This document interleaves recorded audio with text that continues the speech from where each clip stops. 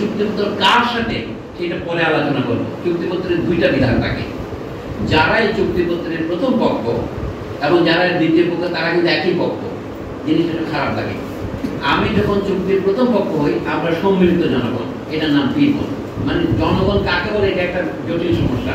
ধরেন আমরা 18 কোটি বা 20 কোটি লোক আছি, আমরা 18 কোটি একটা স্বাক্ষর দেব।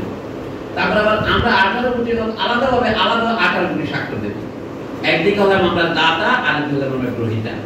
দাতা গ্রহীতা ছাড়া চুক্তি হয় না, পাট্টা কবুলিয়ত হয় না। কাজে সংবিধান হচ্ছে একটা চুক্তিনামা। এই চুক্তি একটু অদ্ভুত, একটু দার্শনিকভাবে একটু বিমূর্ত মনে হয় যে নিজের সাথে নিজের চুক্তি। কিন্তু এই চুক্তির একটা পার্থক্য হচ্ছে কি, এটা আমার দাঁড়িয়ে আমি কামাই, এটাকে আমরা রিফ্লেক্সিভ বলি।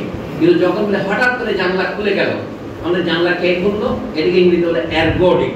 ভার্বটা ergodic verb, the window opened itself.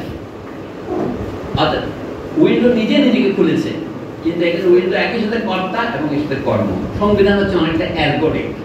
জনগণ নিজেরাই নিজেদের একটা সংবিধান দেয়। সংবিধান দেওয়ার মানে হচ্ছে আমাদের এমন কতগুলি অধিকার আছে, এমন কতগুলি কর্তব্য আছে, আমাদের এই অধিকারগুলো যাকে আমি সরকার নিয়োগ করছি তার হাতে এটা দিচ্ছি না, এইগুলি বাদ দিয়ে বাকি কাজটা তাকে করতে দেবো। তিনি আমাকে ট্যাক্স করতে পারবেন, আমি যদি আইন ভঙ্গ করি পুলিশ পার্টি আমাকে গ্রেফতার করতে পারবেন, সব ক্ষমতা আমিই দিচ্ছি আমার কর্মচারীকে। কিন্তু তিনি আমাকে জুতা পেটা করতে পারবেন না, আমার হাতে হাত করা দিতে পারবেন না, অথবা তিনি আমাকে 24 ঘন্টার বেশি আটকে রাখতে পারবেন না। এইগুলিকে আমরা নাম দিয়েছি মৌলিক অধিকার।